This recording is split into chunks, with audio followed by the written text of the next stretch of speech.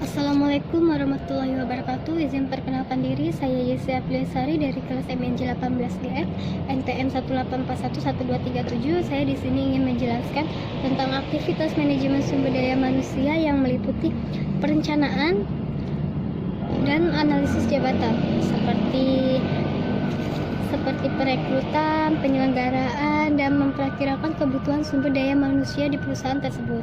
Yang kedua, perekrutan dan penseleksian. Sebagai perusahaan dan prosedur yang ada untuk menyaring dan mengevaluasi diantaranya meliputi lamaran pekerjaan, tes wawancara, pengisian belangko, tes kemampuan, pemeriksaan referensi untuk mendapatkan suatu pegawai baru yang kompeten di perusahaan tersebut.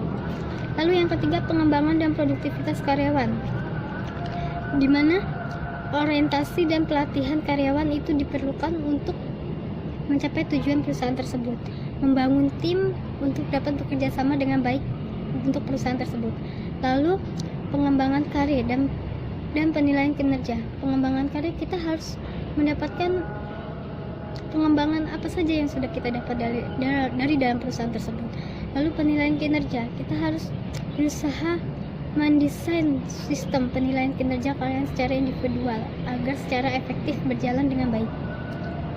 Lalu sistem penghargaan terhadap karyawan. Sebagai karyawan pasti ingin mendapatkan suatu penghargaan dari perusahaan tempat dia mengabdi, yaitu dengan pendisiplinan dan pengimplementasian serta memastikan atau menjamin perusahaan tersebut mendapatkan kompensasi yang adil dan sesuai dengan pekerjaannya. Kesejahteraan karyawan.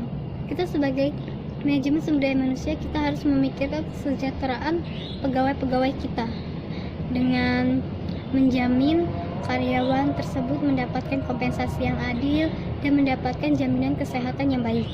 Lalu yang terakhir, hubungan tenaga kerjaan dan evaluasi fungsi, yaitu seperti bertindak sebagai perantara antara organisasi dengan perserikatan pekerjanya.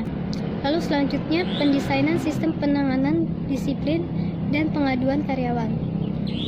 Menyediakan umpan balik karyawan manajemen operasional pada keefektifan manajemen sumber daya manusia tersebut.